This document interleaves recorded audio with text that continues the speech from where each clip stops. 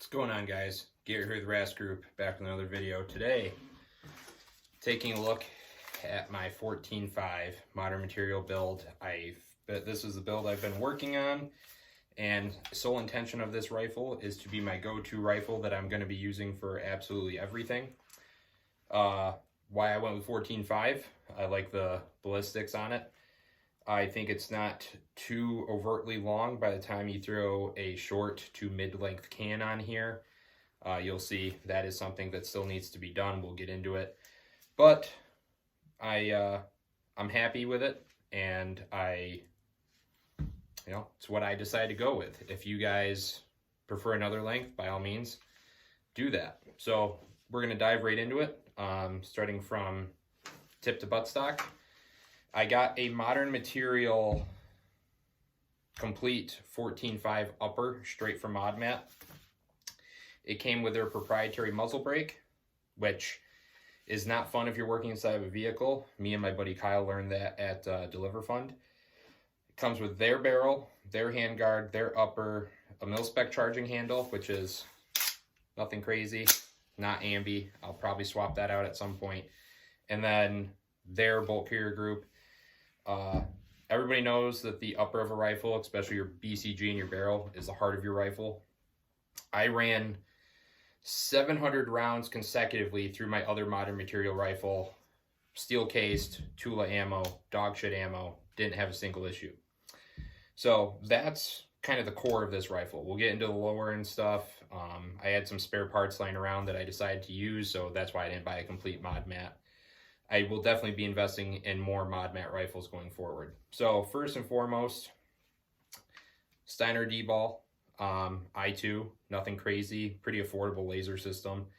I have my plug unplugged right now because I am going to be getting some accessories from HRF Concepts just to make the rifle a little bit more user-friendly, nothing too crazy there.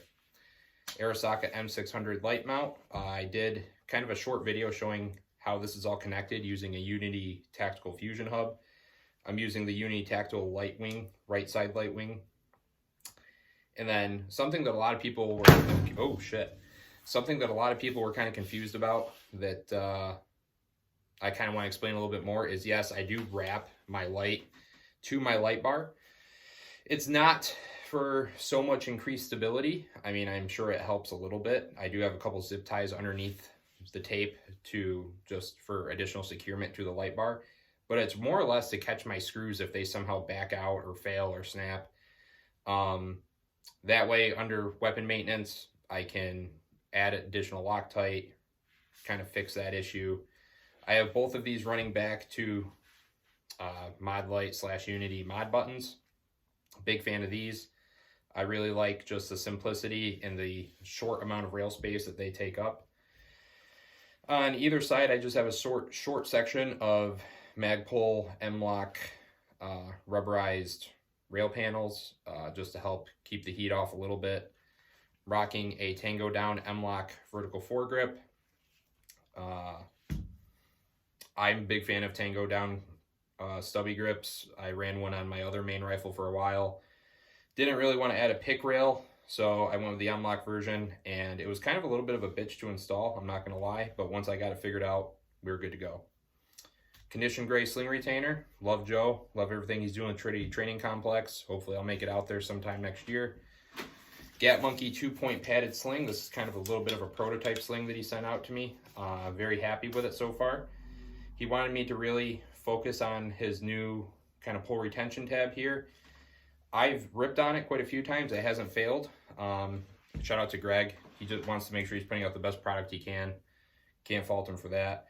For now, I'm running a Vortex Spark AR. It's a budget red dot. To me, it's a really great budget red dot. And I think it adds a lot of value for what you get. This is kind of a placeholder optic that I float from rifle to rifle until I figure out exactly what I want to do. This is not going to be staying on here as much as it's, served me proudly. I am going to be going with a Unity EPX3-2, an EOTech EXPS3-2 on a Unity riser.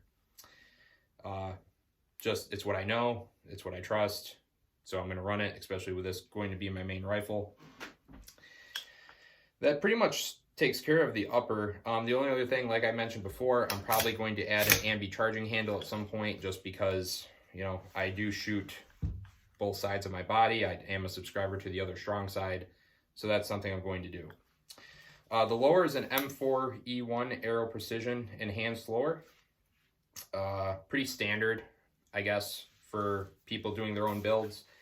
Gives you that solid balance of quality and affordability. I'm running a ALG Defense ACT lower parts kit with their ACT trigger.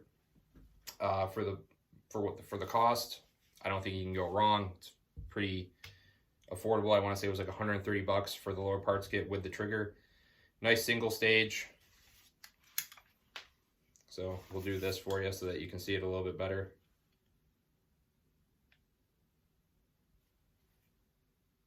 Oh, sorry. Boom. Reset. Pretty tactile. That's kind of what I want in a duty style rifle. Other people disagree. I won't say Geisley triggers aren't worth the money. I think that this is pretty competitive for the cost and what I personally look for in a duty style trigger. I am running the Radian Ambi Safety with the long side for my thumb to index when I'm shooting strong side. I'm rocking some JP Enterprises anti-walk pins. So I'm a big fan of just, even if you know the system is solid, I always throw anti-walk pins into the lower that is going to be on one of my main rifles. I don't think you can go wrong doing that and having that as a philosophy. I'm rocking a bad lever for right now. I know a lot of people hate them. A lot of people love them. It's an option to have a cheap ambidextrous option for a bolt release. I'm going to be trying the Odinworks QDP going forward. Just requires a little bit of light machining and you're good to go. The grip, Magpul K2+. I'm a fan. That's what I like. Buffer system is a Brownells mil-spec buffer tube with one of their buffer springs and an H2 buffer. Pretty happy with that. Stock, Magpul SL stock. Things I'm going to be doing going forward, probably adding an ambi mag catch, just because I want full ambidextrous controls of my rifle. The Odinworks QDP mag release, might be PDQ. I can't remember the sequence of those letters, but it is those 3 letters. And I'm thinking about doing an HRF Concepts magwell just for that small amount of increased reassurity and kind of ability on trying to reload quickly.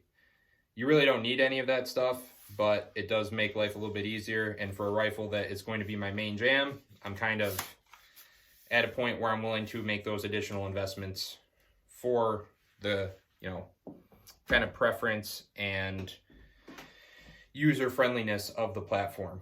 So that's the rifle that I am currently building. This is the rifle that I'm going to be kind of investing some more time with and using going forward for teaching classes.